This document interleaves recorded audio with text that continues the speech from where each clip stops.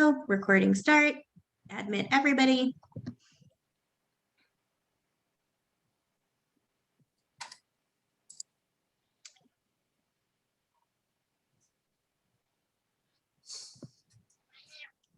All right, welcome everyone who is joining us for today's listening session. We're very excited for all of you to be here. We're going to give people just a minute or so to log in and join us before we get started with today's presentation. But please feel free to introduce yourself in the chat box. Let us know who you are, what organization you're representing, if you are representing one, and what you are most excited about in terms of after school and out of school time programs for the state.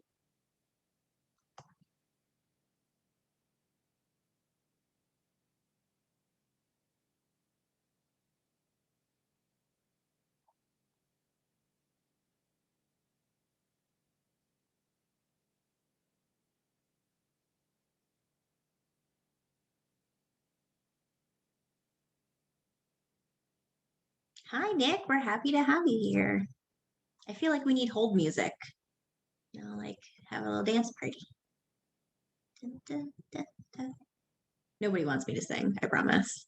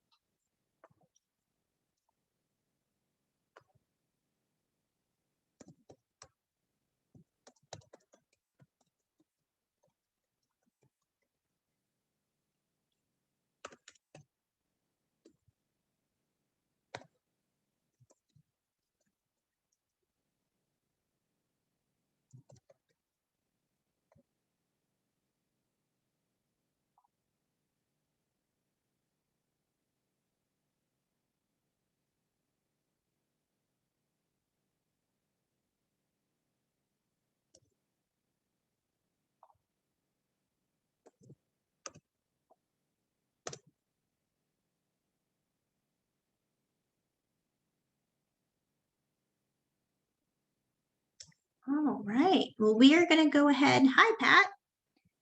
Nice to see you here today. We're going to go ahead and get started with today's presentation as people are jumping into the room with us.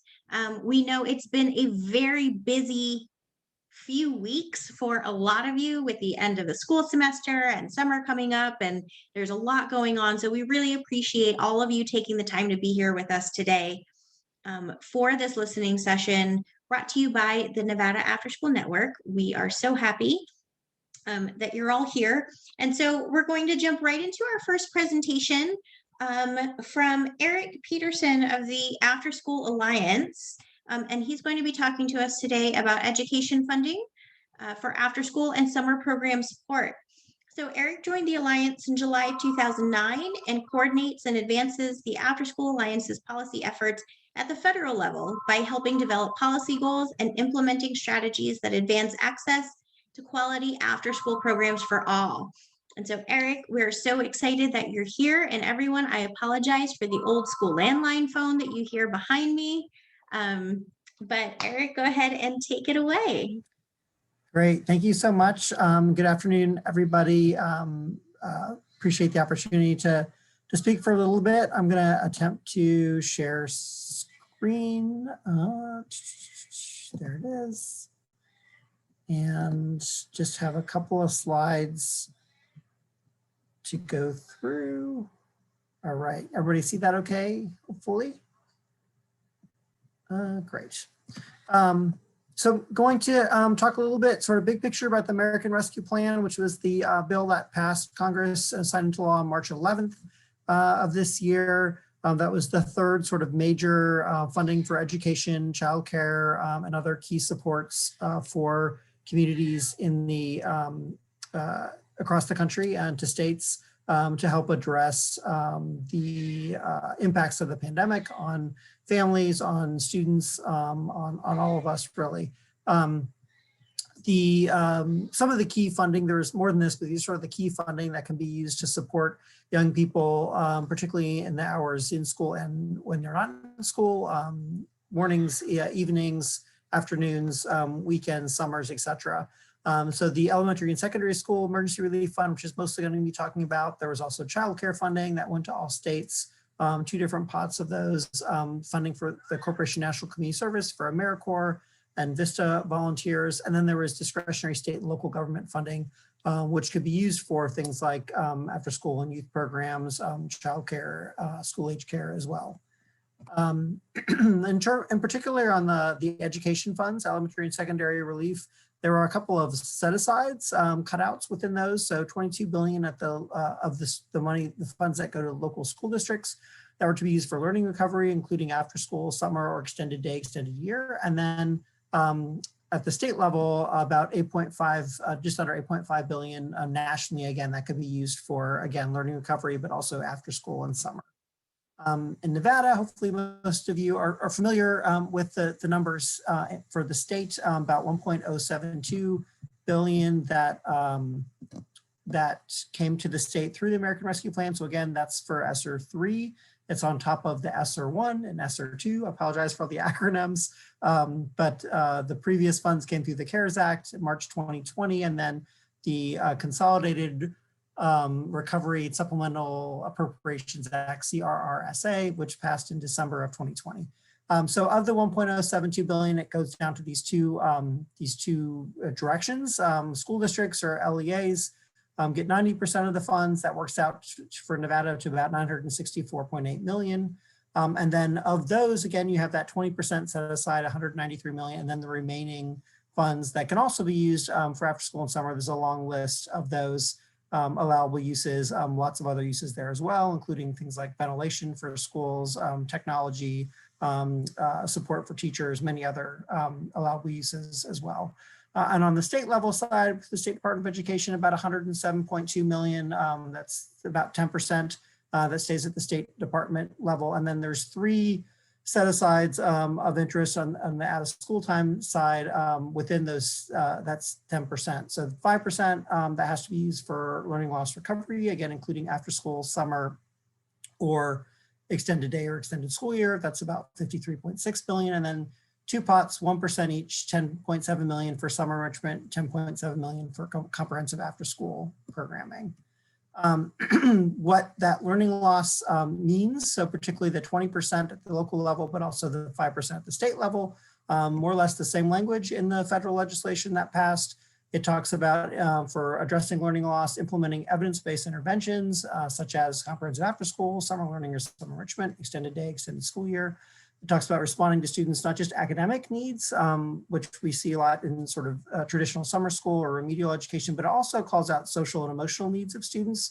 So recovering from the trauma that many young people faced over the past year and even traumas before that as well, and trying to provide really that whole child support.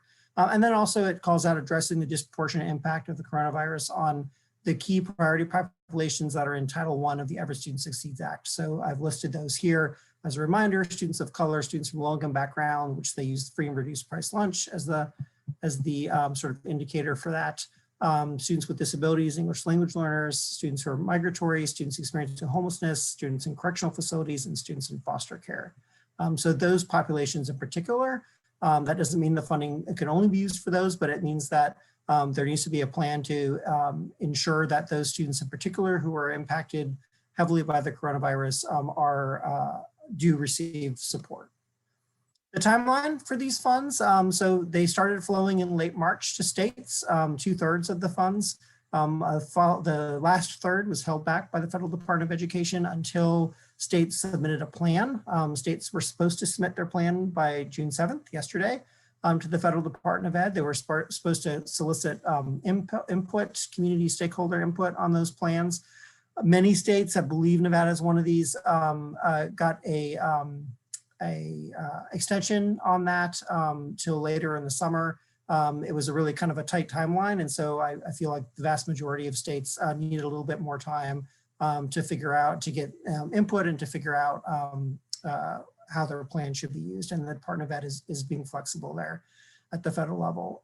Support again can cover this tail end of this school year in places where it's not over yet, but then this summer, summer of 22, summer of 23, and then the next 2 school years as well, 21-22 and 22-23. The funds are supposed to be obligated by September 30th, 2023. That said, there's something called a tidings waiver that the federal Department of Education allows states to extend all federal funds by a year. So that brings it to end of September 2024. And then the Department of Ed is asking that the funds be liquidated, so completely spent by 120 days after that date. So it really goes into early 2025 based on the direction from the Department of Ed right now. Decision makers, and hopefully when we get to discussion today too, love to hear from all of you on the call today a little bit about what you're hearing from some of the decision makers, the conversations that are happening, and what some of the compelling parts of this in terms of how the funds should be spent are. So at the national level, the Department of Ed has done quite a bit. They've published these 2 handbooks, including volume 2 back in April, with a roadmap to reopening schools safely. There's huge sections in there on summer, on tutoring, on after-school programs, with references and sources around the evidence base to be able to operate those programs and consistent with what the language is in the law. They also just released about 10 days ago now, a 61-page frequently asked questions with lots of detail on, again, how the funds can be spent, how local school districts can partner with community-based organizations for these funds, how that's allowable, and a lot of questions that had come up where folks weren't sure how the funds could be used and how these partnerships would work. They were able to clarify a number of those in that FAQ. At the state level, again, the state's deciding on those state set-asides, the 5% and 1% and 1% for learning loss and after school and summer. And then also the state will be, giving direction to local school districts and really has already done that on how to use the funds at the local level. Finally, at the local level, for the 90% of the ESSER 3 funds going down to the school districts, it's really a school district level decision. Many school districts are passing some of those funds on to individual schools. Superintendents, school boards, PTAs, principals, a whole host of decision makers are involved, ideally consulting with the community and parents and students in order to determine the best use for the funds at the local level. From that volume 2 handbook that I mentioned, just highlighting a couple, actually this is from the introduction of the handbook, but a couple of key bullets where they talk about, providing after school and out of school time programming, the importance of the mental health side, being able to use the funds for full service community schools. A couple more here around being able to use it for anything in the Every Student Succeeds Act, which includes 21st Century Community Learning Centers, the Perkins Career Technical Education, IDEA, so the Individual with Disabilities and Education Act, some of those services. So the funding really has some broad uses. That first bullet there too around evidence-based summer learning in partnership with community-based organizations, that's in there as well. And so this is a big priority for the Federal Department of Education, is to acknowledge and recognize that not one entity can do all this alone, that there's a tremendous amount of needs and that community-based partners need to work with school districts to provide the support that students and families need. And along those lines, a slide here on partnering and what that looks like, the opportunities both from the school district side and the community-based organization. Instead of going through, you can read the bullets, but give a quick example of a program. This is actually one in South Dakota that we were talking to last week, where it's a community-based organization, actually a local Boys and Girls Club, who's partnering with the school district. The school district for a summer program, the summer enrichment program, the school district provided some of their local funds that they got through the American Rescue Plan, the Learning Recovery Funds, as part of a MOU, a Memorandum of Understanding with the Boys and Girls Club, the local provider there, to do a summer program that would be 6 hours a day over 6 weeks over the course of the summer. The provider then took those funds and used them to hire teachers, certified teachers who worked in the school district, who were familiar with the students, but just for 3 hours a day to do some of the academic pieces, but also some enrichments and other activities with the students as well. And then for the remaining 3 hours of the day, the program is going to use their own program staff to do, again, enrichment and hands-on learning, physical activity, provide the meal, or multiple meals for the program, and other pieces, sort of their traditional activities that the program has done in the past.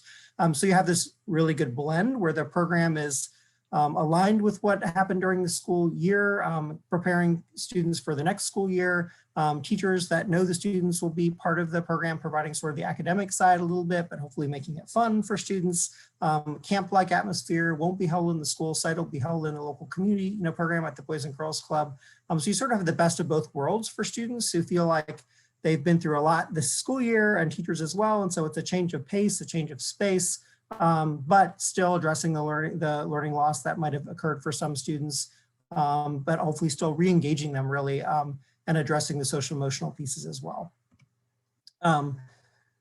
Just a quick infographic on sort of leverage-based programs and recovery, that the evidence base is key. The good news is there's lots of tools out there and logic models to be able to help programs who maybe haven't done their own evaluation of the program, to show the evidence base, to be able to map the practices that you do in your program to what the evidence base says, again, to ensure that that the outcomes are where we want them to be for students, not just academically, but the social emotional. You can see that third bullet there on social skills, building confidence, learning to think critically, etc. And again, cost-effective, flexible program, as this goes to the example that I just did around, again, hopefully being able to braid and blend, collaborate on staffing, on funding, on location, to, at the end of the day, create a program that really works for parents and students and meets their needs. That's really my main thing. Look forward to questions and answers and discussion, and hearing from the other presenters as well. Just a resource, helpkidsrecover.org, that has a lot of this content, the evidence-based pieces linked, as well as examples from other states at the local level and state level of how these funds are being used, and a number of other resources. And then same with 3to6.co/rescue, sort of fact sheets and more tools for community providers who are looking for ways to reach out to school districts. And along those lines too, I'm going to,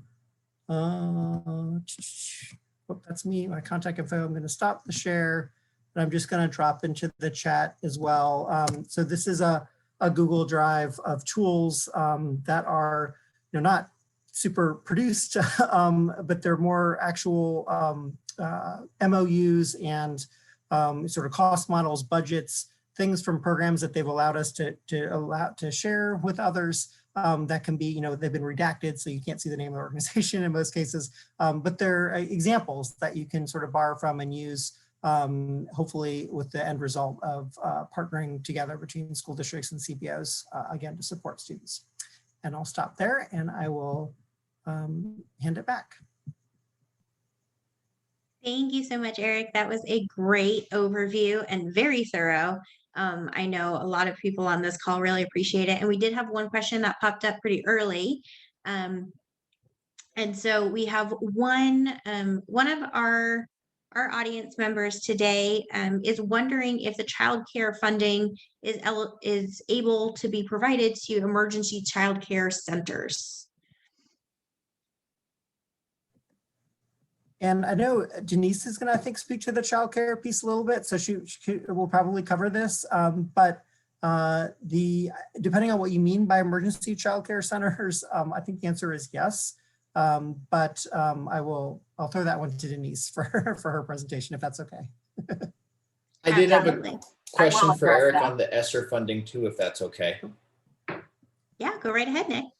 So Eric, our local school district has decided that they're going to take that 3 years to do full universal summer school with their Esr funding, not leaving a whole lot left for our Boys and Girls Club, which is totally fine.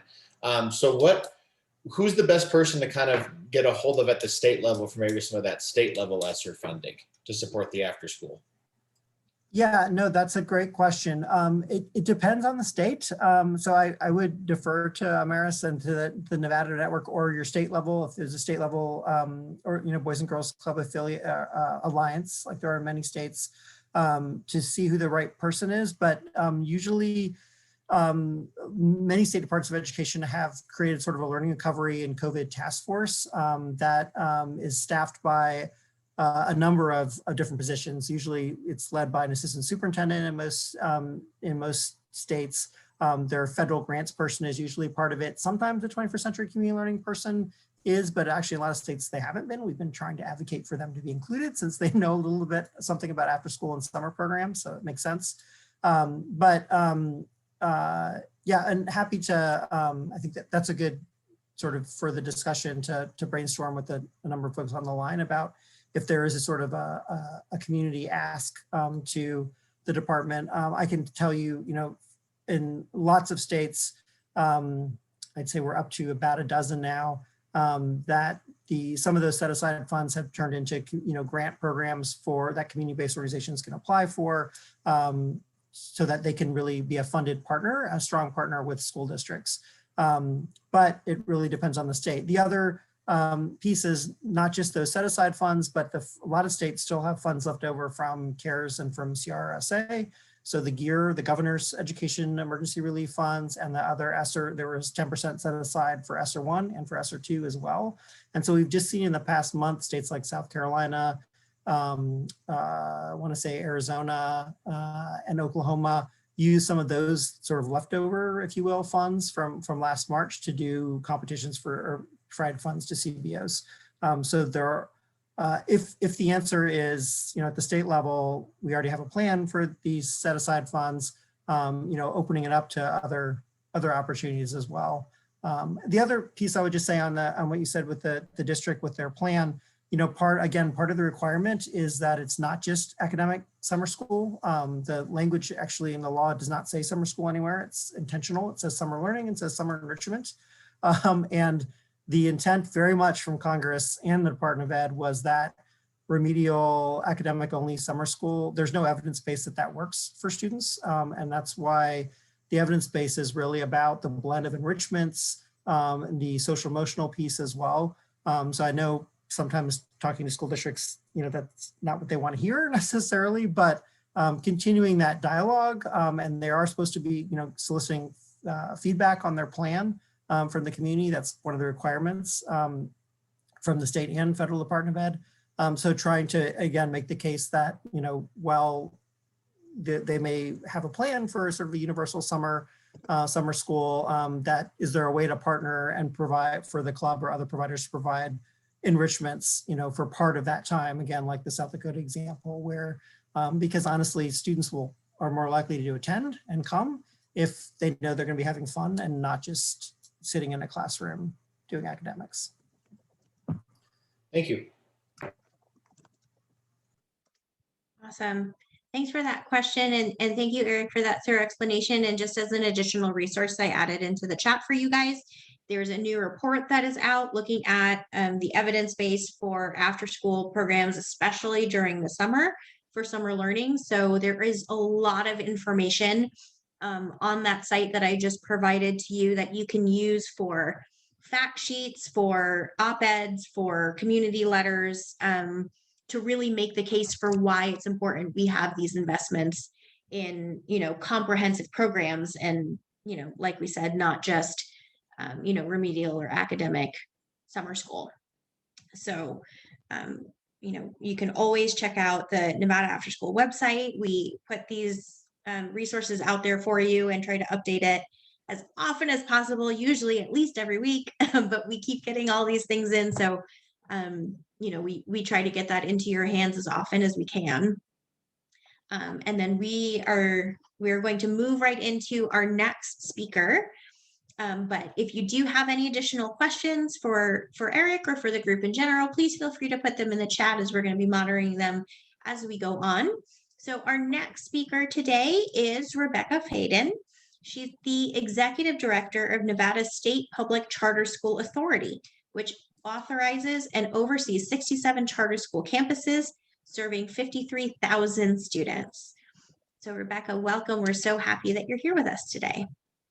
Thanks.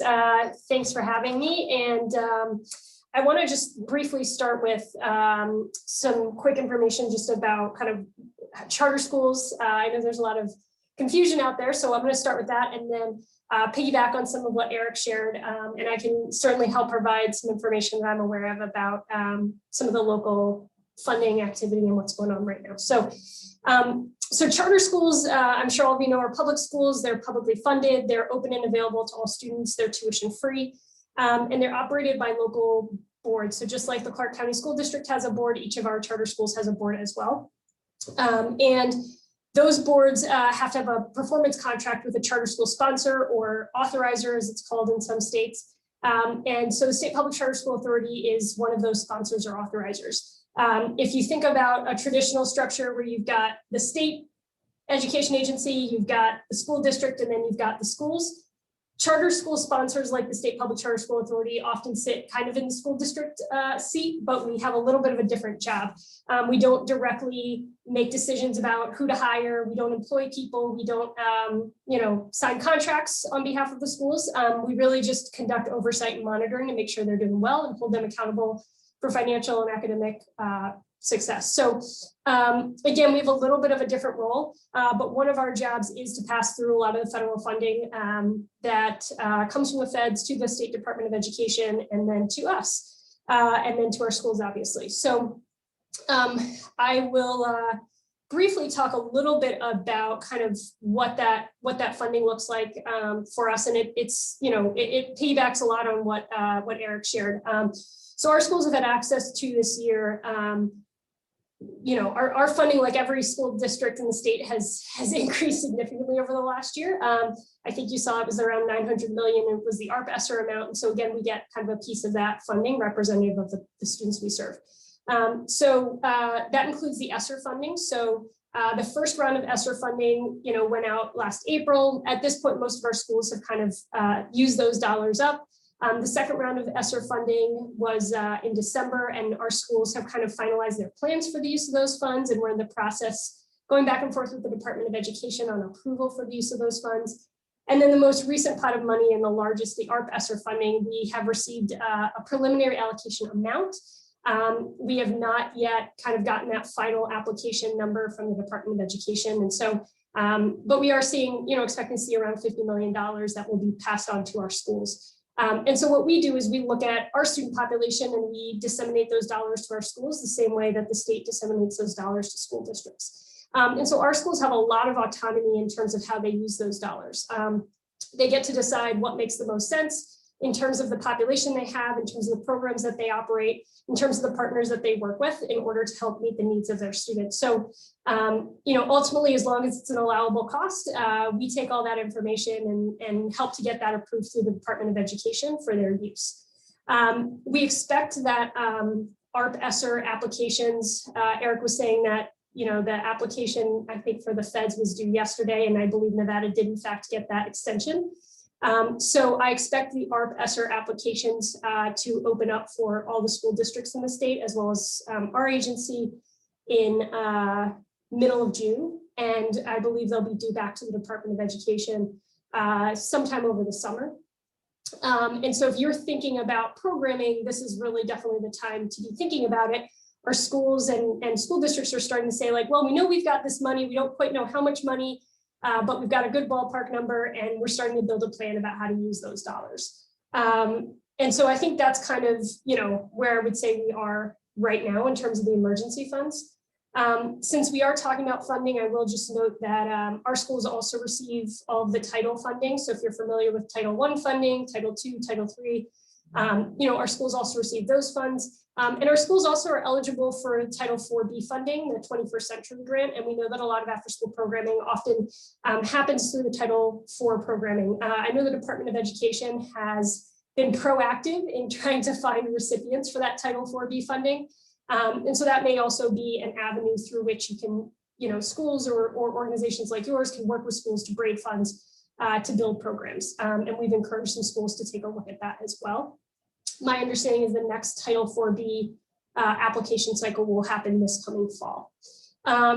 In terms of our schools and partnering with them, I will say first and foremost, I think our schools have a lot of great partnerships, and I will absolutely not be the authority on what those partnerships are. I know of many of them, but they also, again, all operate independently. We don't make those partnerships on their behalf.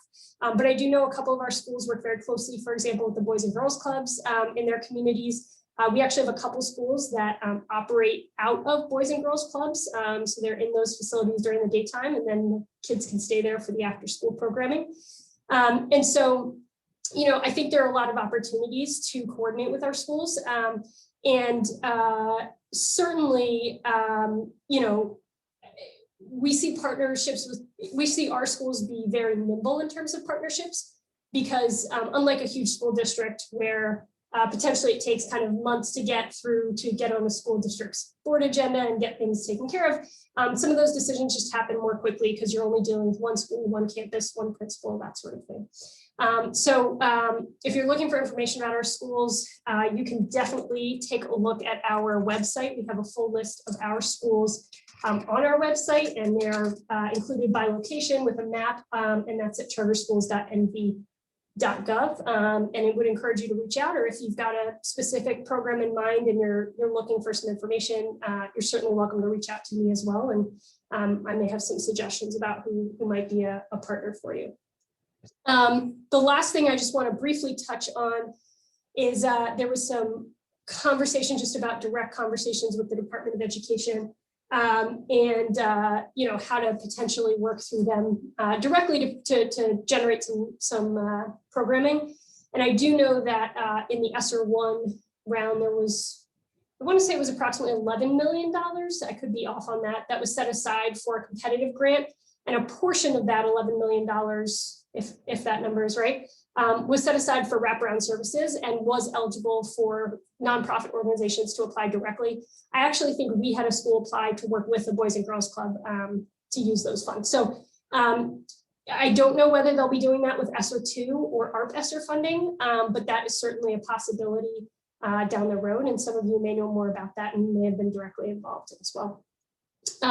So hopefully that gives you a little bit of sense of how charter schools operate. And I would expect most of the school districts are kind of in the same spot as us right now in our schools, in terms of, we know there's some money coming, we know how big that pot is, we're starting to make plans and starting to try and solidify them. So it's definitely a good time to engage with your partners or potential partners on those plans.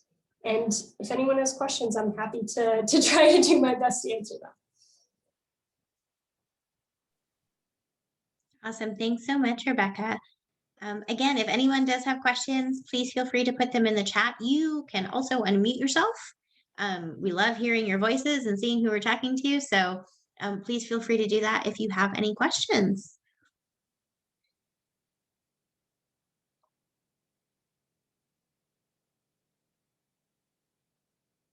All right. And as you guys are potentially thinking of your questions, and trying to sort some stuff out, I'm going to introduce our next and final speaker for today, Denise Tanata, who is the Early Childhood Comprehensive Systems Director at the Children's Cabinet. She's been a champion for Nevada children for over 20 years, working in policy and advocacy efforts regarding school readiness, safety, health, and economic well-being. And so, Denise, we are delighted to have you. Thank you so much for joining us. Thank you. I am going to share my screen quickly. Okay, so just want to make sure you all can see my screen. Thumbs up, good. We will move on pretty quickly. I know Erik touched on kind of overall ARP funds, mentioned there were some childcare funds, so I'm just going to talk specifically about the childcare funds. As Amaris mentioned, currently working with the Children's Cabinet as the Early Childhood Comprehensive Systems Director, and one of my first roles is to work with the State Division of Welfare and Supportive Services in putting together our plan for how we're going to spend the ARP funds for childcare. So there are really three funding streams for childcare. The first one is the Child Care Development Fund Supplemental Discretionary Funds, We have not received federal guidance on these funds yet, but in Nevada, this is about $139 million that we'll have available. So once we have the federal guidance, we'll be able to talk about that a little bit more once they tell us how we can spend those funds. The second pot is where I'll focus the conversation on, which is the largest pot of funds that we have, the Child Care Stabilization grants. Those have to be fully spent down by September 30th of 2023. And then the third pot is the Child Care Development Fund annual appropriation increase. A lot of you are familiar with this as the Child Care Subsidy Program. We had originally estimated that this was not going to be a huge annual increase. We thought it was going to be, around $500,000 a year. We just received notice yesterday. We're anticipating that it's looking like we're going to get about $5 million per year in additional subsidy funding. So still can't speak a lot about that quite yet because we just got some of those numbers yesterday. But those are basically the three pots of funding for childcare that were included in the American Rescue Plan. So we'll focus specifically on the Child Care Stabilization grants. So Nevada's allocation under the Child Care Stabilization grant is just over $222 million. Per the federal guidance, about 90% of those funds, just over 200 million, have to go into provider subgrants. So these are going to be grants that go directly to our child care providers. And then the additional 10% can be used for administration, capacity building, and technical assistance. So I'll talk about each of those separately. So for the 90%, per the federal guidance, these are the use of the funds. They can be used for personnel costs, the rent, utilities, facilities, PPE cleaning, health and safety, equipment, supplies, goods and services, mental health services, as well as past expenses for those child care providers. Sorry, let me get to the right slide here. We are in the process of putting together a detailed list of what those grants are going to look like. So like I say, this is just as of right now, what's included in the federal guidance for the use of these funds. One of the questions we get asked a lot right now is around provider eligibility. This pot of funds is a little bit different from the CARES and the Sursa Funding, which had some tighter restrictions on eligibility. For this, the most provider types will be eligible, so you don't have to be participating in the Child Care Subsidy Program. You don't have to be participating in the Silver State Stars Quality Rating Improvement System in order to participate pursuant to the federal guidance. You just have to be an existing provider at the time that the application is submitted for assistance, and you have to be Child Care Development Fund eligible at the time of application, or be licensed, regulated, or registered on or before March 11th, 2021. So this is the high level guidance that we have right now.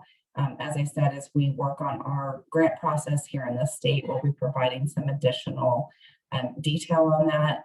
I will say, because I know that we got the question, some out of school time providers will be eligible.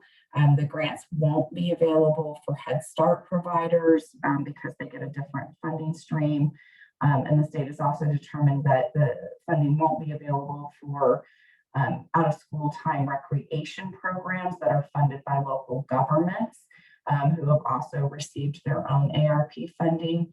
However, other out of school time providers who are licensed or regulated at this time would be eligible for this funding opportunity.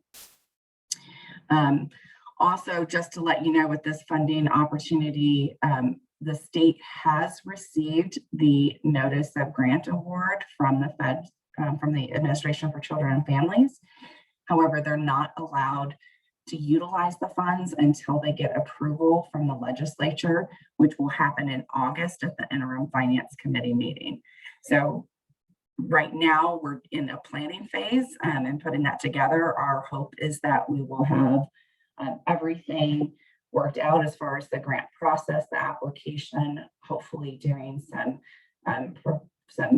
additional input sessions and going over what that process will look like before we receive the approval in August from the interim finance committee, so that as soon as that approval comes through, we'll be ready to accept those grant applications and start getting that funding out as quickly as possible. The federal guidance also had a few funding requirements and restrictions. One is that all providers have to implement health and safety policies. They're strongly encouraging providers to continue to follow the CDC guidelines for health and safety for child care centers. Also, any provider who receives these grant funds must maintain staff employment, wages, and benefits. So in particular, during the grant award period, no one can be furloughed or laid off. They can't reduce wages. As a matter of fact, they are encouraging providers to increase wages for staff with these grant funds, either on a temporary or permanent basis. We may be requiring that in our state level grants, but those determinations haven't been made yet. The other piece that they're requiring is to provide financial relief for enrolled families.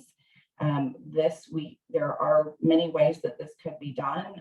It could be done by tuition waivers, waiving enrollment fees, some other processes. And like I say, this is part of what we're working on right now, to develop those grant application guidelines to determine what will be required for our providers in the state, and also looking at the different types of providers. Like I say, this will be available for a lot of our traditional child care centers, but also home-based providers, out-of-school time providers. We will likely be setting up different applications for different types of providers to meet the specific needs of those providers and those families who are utilizing them. Next, I just wanted to cover at a high level the 10%, because it still is a significant amount of money for our state. So these funds can be used by the agency for grant administration, capacity building, and technical assistance activities. Specific activities under here include the administration of the stabilization subgrants to an intermediary. So like the Children's Cabinet that currently administers the subsidy program, and or Las Vegas Urban League, who administers the subsidy program. I think I saw Mary on here. Can also be utilized for activities to increase the supply of childcare available in Nevada, including building business capacity and infrastructure supports. It can be used for technical assistance and support to providers for submitting subgrant applications. We are looking at doing some subgrants to some community-based organizations to do additional outreach and assistance to eligible providers in completing and having knowledge of the grant and the funding opportunities, but also helping them with putting the applications together. And this would also include some support in reporting requirements and ensuring that all of the mandatory requirements are met.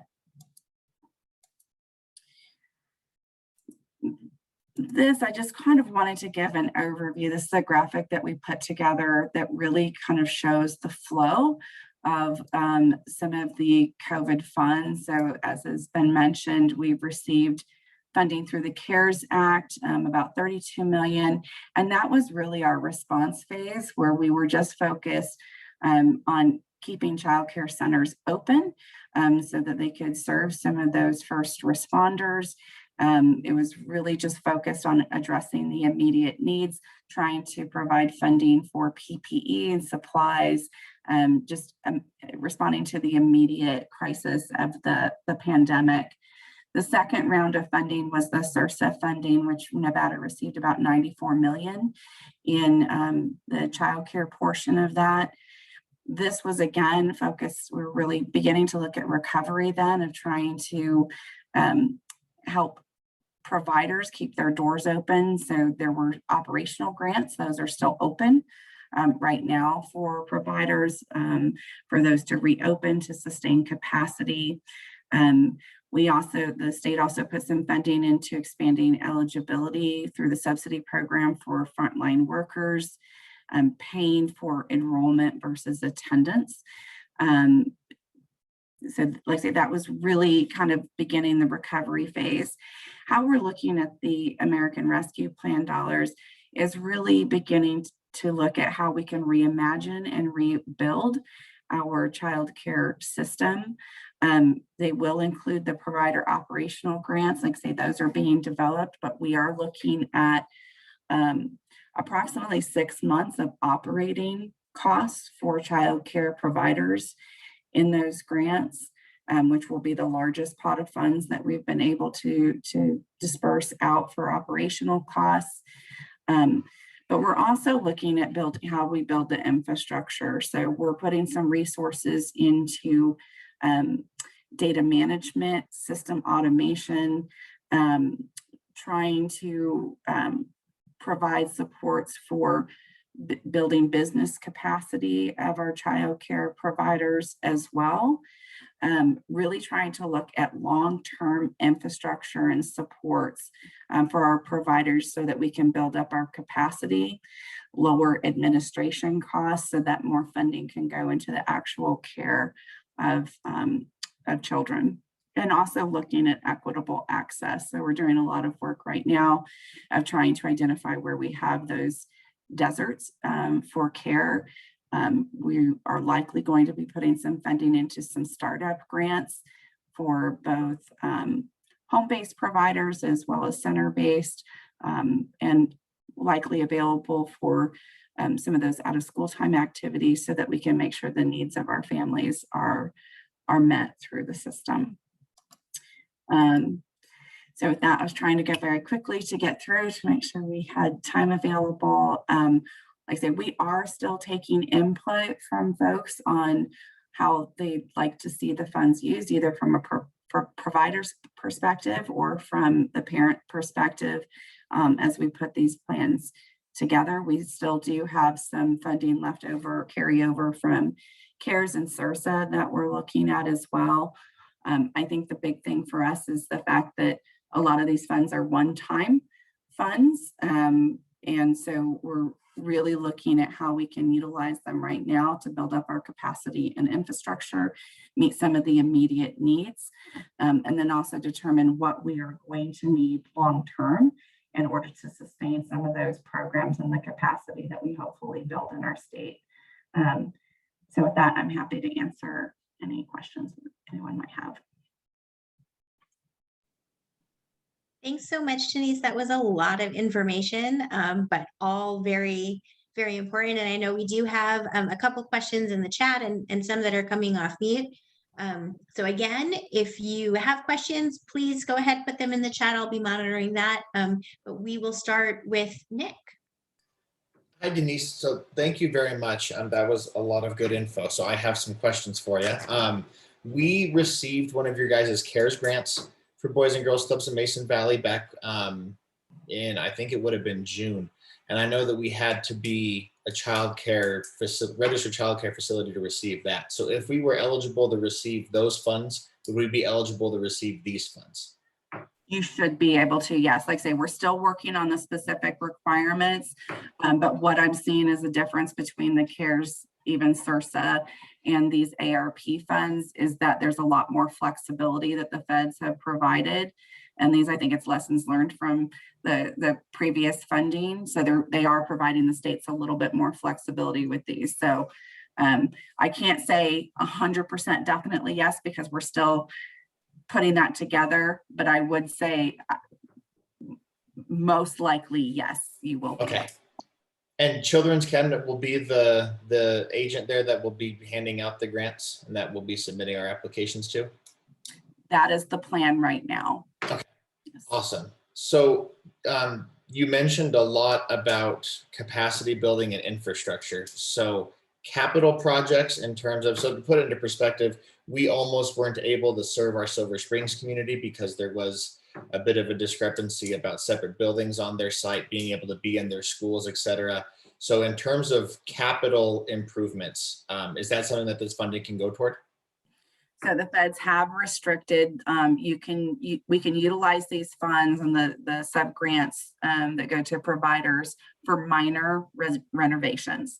They cannot be used, these funds cannot be used for major renovations, so or purchase of new space. We're going to be defining what minor versus major. There's still some, not sure where that gray area is, but we're going to try and make that space a little bit smaller so that we're a little bit clear on what minor versus major renovations are. That being said, we are in the process of working with some other partners to try and identify opportunities for new capital development in this space. So I would just say, stay tuned. Please feel free to take down my contact information. Definitely can't use these funds for that, but we are working on trying to identify some new opportunities there. And we'll probably be putting a convening on probably in sometime in late July, specifically around that topic.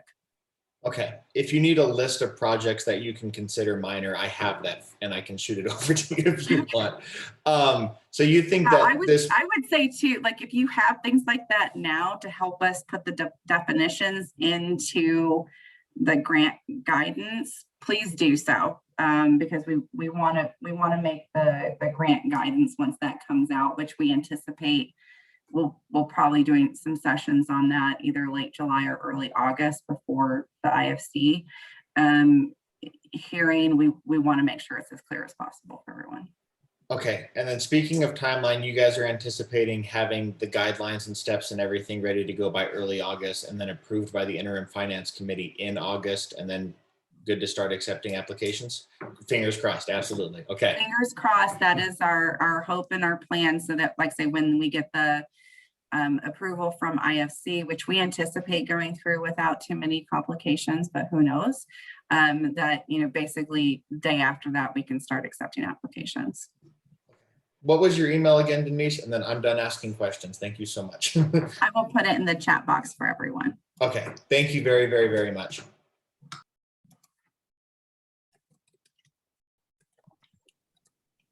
Thank you for those questions. I have a quick question here for Rebecca. For some of our programs that are here or the programs that we partner with that have been trying to partner or strengthen their partnerships with schools, what are some recommendations that you can give them for how to get a foot in the door, how to develop and strengthen some of those relationships? Yeah, good question. So, I mean, I think there are a couple things I would try to think about. The first would be kind of understanding how that school is structured and kind of who the key decision makers are. Again, each of our schools can be a little different. So some of our schools have a principal and an executive director, and the principal's job may be strictly instructional and the executive director is more of the operational side. So I think first and foremost, I would just kind of encourage you to try and make sure you get a good lay of the land of kind of how decisions are made within that school. I think the second thing is, I would say two things.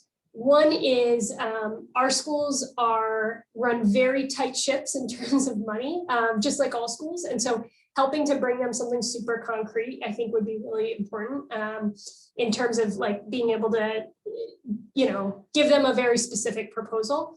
And I think the third thing I would say is that our schools are also, I have found, extremely data oriented. And so as much as you can provide information about, the impacts that you hope to see, the number of students that will be served, the number of hours that will be provided, I mean, those sorts of things I think would be really compelling if I think about the school leaders that we see on a day-to-day basis. And then I would also just say, if you have questions, if this is like a one-off and you're, if there's a specific question, you're welcome to reach out to me directly or my team. I don't know that I'll have any specific insights, but if it is a certain circumstance and we can help to give some context or information, I'm very happy to do that. We find that once this program gets going at 1 or 2 schools, often it'll spread to a number of schools. So, there's certainly an opportunity for a larger impact potentially as well. Hopefully that's helpful, but feel free to tell me if you're looking for something else. No, that was fantastic. That gives us a lot to get started with. If you haven't started trying to partner with schools yet, and can really help to inform and shape some of the efforts that are already going on. So that is fantastic. And Erik, quick question for you. If you could maybe just enlighten us with a few quick examples from other states and how they're maybe allocating their funds or some of the plans they have to really enhance specific after school and out of school time opportunities in the state. Sure, there's a number of them, and I can drop a link to a website that has a bunch of them. But I would say there's a number of states that were able to get funding opportunities out early for summer, and so Vermont and Connecticut in particular have. This has a whole list of examples, but Connecticut and Vermont were able to do grants to community-based organizations, nonprofits, also local government like Park and Rec providers to be able to do summer enrichment programs this summer. Connecticut in particular opened it up to school districts or individual schools who did not get Esr funding through the 90%. Because of the way the formula works, there were some schools that didn't, but still had students in need. And so Connecticut was able to do that as well in terms of eligibility. We're expecting to see a number of states, hopefully in the next week or two, release community funding opportunities for using their after school and summer set aside funds where they're lumping them together, both those 1% into one large grant opportunity, funding opportunity that will be multiple years. So it'll be a school year after school for the school year of 21-22, and then summer 22, school year 22-23, and then summer 23. So a multi-year grant. And both these states actually are doing 2 separate grant programs where one will be to community-based organizations, nonprofits at the local level to apply, but then they'll also be doing an opportunity for state level organizations. So state sort of affiliated organizations like a State Alliance of Wise or State Alliance of Boys and Girls Clubs or Communities and Schools or After School All Stars in those states that have large, multi-site, multi-location programs, so that those state level entities can apply and then allocate the funds down to the local chapters or affiliates at the local level.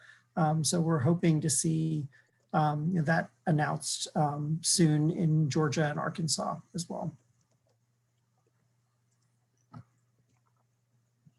Awesome. All right, any other questions for any of our speakers today? I know we're right at time, so I want to be able to be respectful of everybody's time, but one last call for any questions, comments, observations, anything like that.